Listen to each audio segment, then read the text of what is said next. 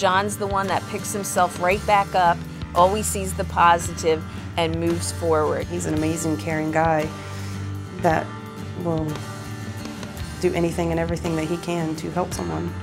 He makes people think when he talks to them, and he does that to everybody he talks to.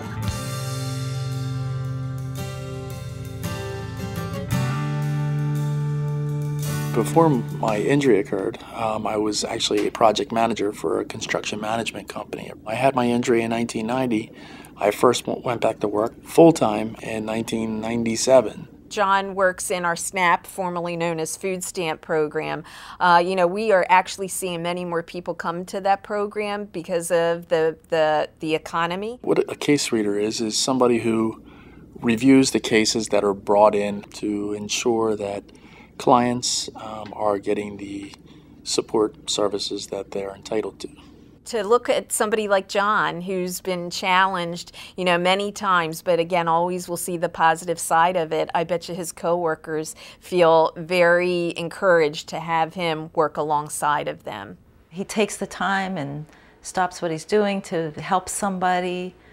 You know, I mean, and he's very, very smart. He has a lot of information in that head, and so he has a lot of answers to a lot of things people don't even think about. After his accident, he got very engaged with the disability agenda and advocacy for individuals with disabilities. Anytime something happens to you, you search for some way to help others, to look for purpose. He decided to run for the state legislature to become a representative of the House.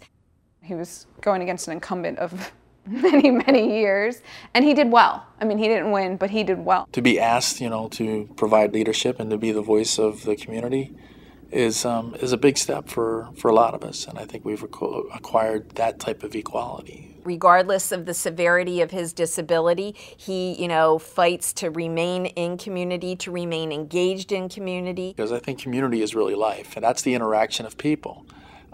You know, we all talk about our independence, but what is truly important to all of us is that interdependence. You have Ian's ribs, that's all you want. We'll see. To John, everybody's family. Not only his internal, personal family, but I believe he would classify family much broader than that. I have 3 daughters, 3 very accomplished daughters, and I owe a lot of that to John.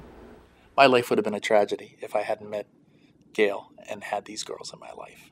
When he came into our life, he didn't know any of us. He didn't know my kids. He didn't know my own family. He didn't know my friends who are like my family, and he's part of their family too now. When something like this happens and you have a family, you get a great deal of love and support from that family, and almost an endless willingness to do anything for you. But that creates a tremendous burden. If he hadn't had attendance, a lot of the work, well, all of the work would have fallen on us, but there were a lot of things that would have been difficult for us to do. The availability to have, you know, somebody come in that you can hire, that you can pay, takes away a great deal of that burden. I'm sure if he absolutely had to do it, he would find a way to do it on his own. But yeah, that's pretty much what we're here for, is just to help him out do the things that, you know, he normally couldn't do.